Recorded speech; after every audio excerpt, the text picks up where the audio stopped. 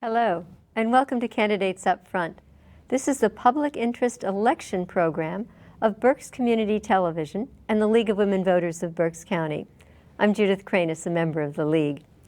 Our November 5th general election is coming up, and we will be voting for both state officials and federal officials. The deadline to register is Monday, October 21st. The League is interviewing candidates in contested races, those who wanted to be interviewed. And for each race, the candidates will get the same basic questions and will have the same amount of time to answer them. Hello, I'm Bill Litvin.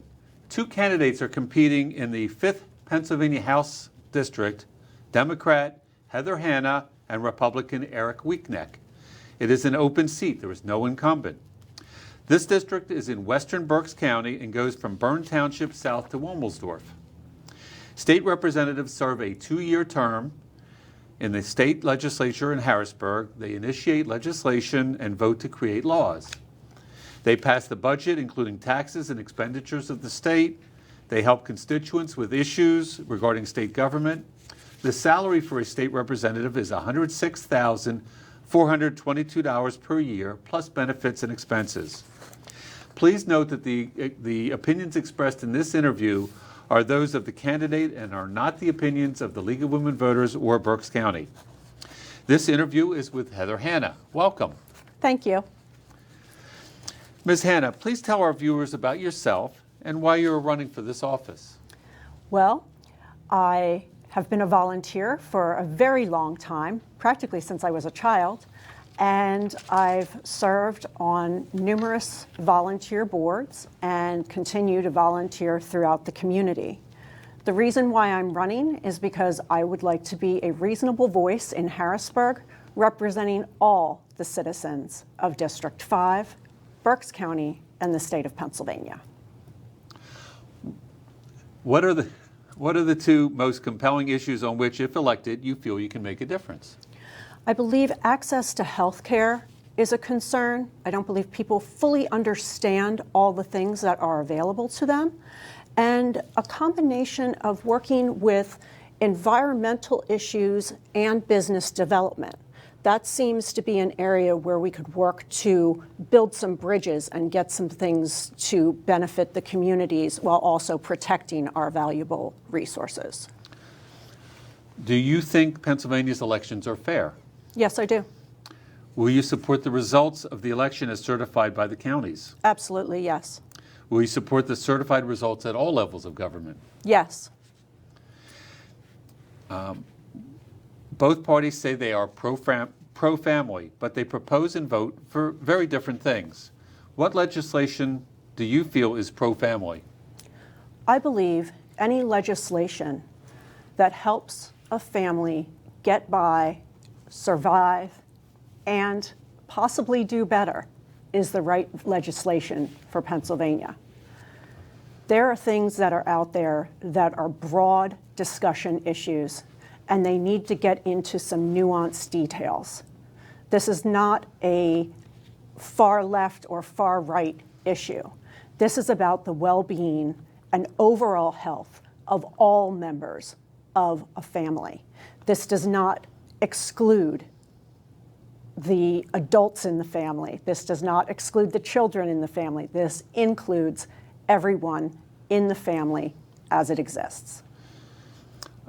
Canada and European nations have paid parental leave. They also have programs to support women when they are pregnant as well as after birth. Are those things you would support? I would support something like that. I would have to know the details of it. I'm not going to say right off the cuff, like, yeah, I'm going to sign off on any old thing. I'd want to know the details of it and how it would be afforded, how we would pay for things, and look to make sure we have things covered so that we're not setting us up for a failure later. We'd want to be able to afford something long-term, not have it be a partial and then have it drop off because we couldn't maintain it. What specific ideas do you have to increase the supply and quality of affordable housing and to preserve existing affordable housing? Well, this is quite a broad issue in the sense that, the housing market has been quite all over the place over the past, 5 to 6 years now, where we've seen quite a extreme rise in interest rates and lack of availability of housing. I believe that we need to look at what is available to be developed and also take into account that we have a beautiful area with farmland and wooded areas that we like it as it is, and we don't necessarily want to see it get overdeveloped. So it's a balance. We would have to look at it in detail and see what works best for the communities. Okay. Our Pennsylvania Constitution requires the state to provide 50% of the money needed to run our schools. And while the state has increased school funding in the past 2 budgets, it is still way below 50%. This shifts the burden to local property taxes. How would you address this taxing issue? I do not have a clear answer for that. This is something that I would want to look into more in depth, and I would like to take the time to ask more experts about it who understand the way that works with the budgeting and with how property taxes are currently utilized.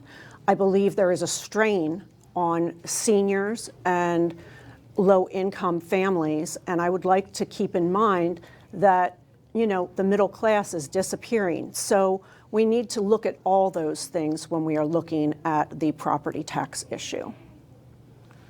Okay. When an assault, switching topics here a little bit, but when an assault weapon or large capacity magazine is used in a public mass shooting, nearly 14 times as many people are injured and twice as many people are killed. Our neighboring states, New York, New Jersey, and Maryland, all have assault weapons bans. Do you support an assault weapons ban for Pennsylvania? Why or why not? First, I should say I come from a hunting family, and I was raised to understand the seriousness of having guns in the household and all the safety measures that needed to be used when using those weapons. Today, I feel there is a lack of safety and education when it comes to people who have guns in the home. Not all the way across the board, of course, but in general, I believe that we need to be careful when we look at any issue and say flat out ban or flat out everything's okay. I'm coming here with a reasonable voice and an open ear, and I want to be able to talk and listen to everyone on this issue and come to an understanding of what can be done to protect our children in the best way possible and protect the rights of the citizens of District 5, Berks County, and the state of Pennsylvania. Pennsylvania doesn't require secure weapon storage. Should we have a law requiring secure storage of weapons? Should parents who have not secured their weapons be held accountable for crimes committed by their children? To the first question, yes, I believe we do need to have a law to secure storage our weapons.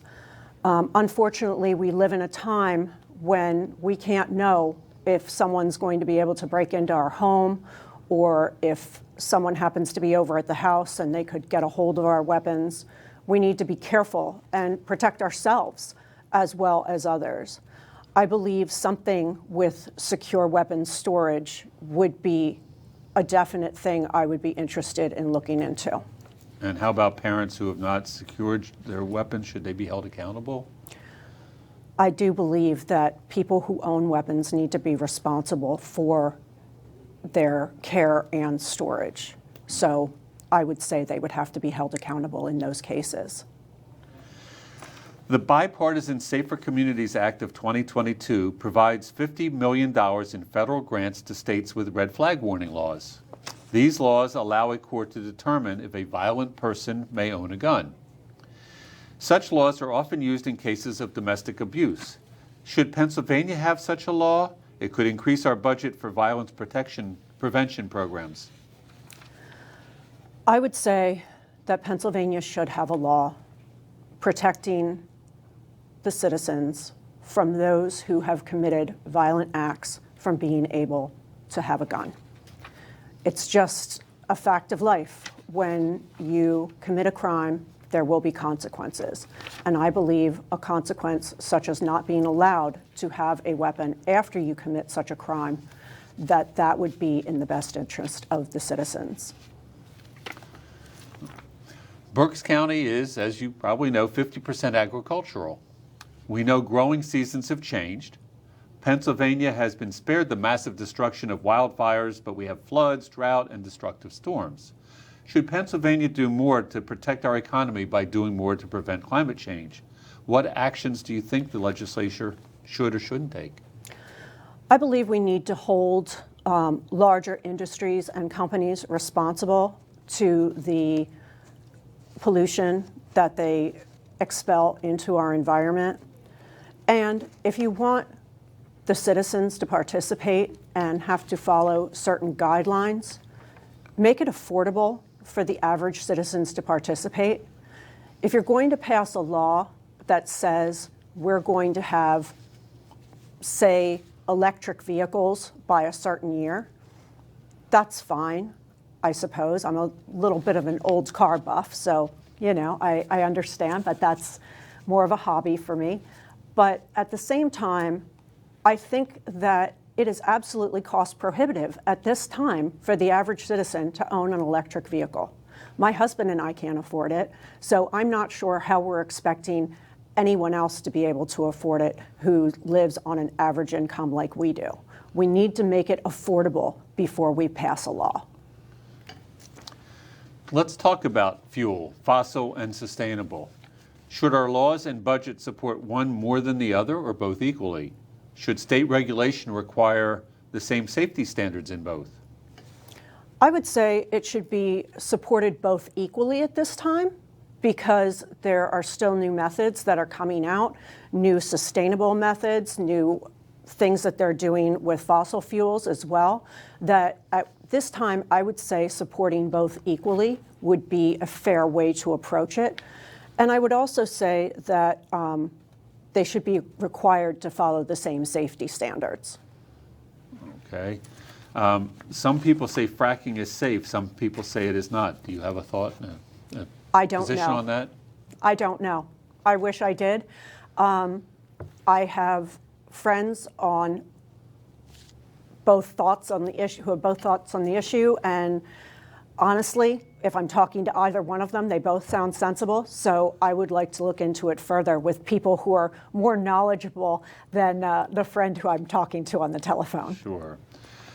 Most Pennsylvania House and Senate seats are won in the spring primary election when Democrats and Republicans choose their candidates. One reason is gerrymandering, creating voting districts where one party always wins. After each U.S. Census, House and Senate leaders, behind closed doors, draw new voting districts, rewarding friends, making it harder for enemies. House Bill 1776 and Senate Bill 1076 would amend our Constitution so a transparent, independent citizen commission draws the lines. Oops. States with this system say candidates from major parties are more moderate and better able to work together. Would you vote to create an independent citizen commission to draw legislative districts after the next census? Yes, I would support both of those bills, and I'm also a follower of Fair Districts PA, and they are pushing for this measure, and I think it's necessary that we get more people involved in the process and that we have a more moderate group of people going into the legislature. The second reason seats are won in the primary is closed primaries. Pennsylvania is one of 9 states where one must be registered as a Democrat or a Republican to vote in the primary. This leaves out 1.2 million Pennsylvania voters. Open primaries produce more moderate or centrist candidates who pass more bipartisan legislation. Should Pennsylvania change how we run our primary elections? Why do you feel as you do? I feel it would benefit everyone if we had open primaries and were able to increase our participation. We need to get to a place where we can work together and not have so much loggerhead fighting from extreme sides of issues. We need to be able to get the work done in Harrisburg. And I believe opening the primaries would allow an opportunity for more people to participate and feel that they are heard. The citizens in this community who have chosen to mark themselves and change their registration as independent or something else have felt left out. And that's not fair. We need all our citizens to be a part of the political process. Bipartisanship and compromise at our State House is rare, so there are few accomplishments even when the majority of constituents agree on an issue. Do you intend to increase and improve bipartisanship, and how would you do that? As I've mentioned, I will be a reasonable voice in Harrisburg. I am willing to speak to anyone on any issue. I'm willing to listen, and I'm willing to learn. No matter your party affiliation, I want to know what you think. I want to get into a nuanced discussion and get to the bottom of these issues. I want to be a part of the solution. Okay, we have about a minute and a half left. If you want to make a closing statement. I would say that District 5 deserves someone who cares and is passionate about the community. I am that person. I am that candidate. I love District 5. I've been all over, participating in so many events, volunteering at community day events, helping out at a shrimp dinner, helping out with a variety of things, taking calls from my future constituents who even live outside my district and trying to help them find answers to things. I want to be your state representative for District 5. I believe this district deserves the absolute best, and I am asking for your vote. My name is Heather Hanna. Thank you. Well, thank you, Ms. Hanna, for sharing your views with us. Viewers, please remember there is another candidate for the 5th Pennsylvania House, Eric Weekneck. You can see that interview, this interview, that interview on BCTV's website and YouTube page. To check your voter status, go to vote.pa.gov. You can register, change your party, locate your polling place, or apply for an absentee or mail-in ballot. The deadline to register is October 21st. The deadline to apply for a mail-in ballot is October 29th, and Election Day is November 5th. Please then check the League's online voters guide, vote411.org, to confirm your voting district and get more information on the candidates. Again, that's vote411.org. You can also contact Berks County Election Services, elections@countyofberks.com, or 610-478-6490. On Vote 411, you type in your address. It'll show you everything on your ballot. So it makes it very easy to be prepared when you go into the voting booth. So thank you for watching Candidates Up Front. I'm Bill Litfin. Good day.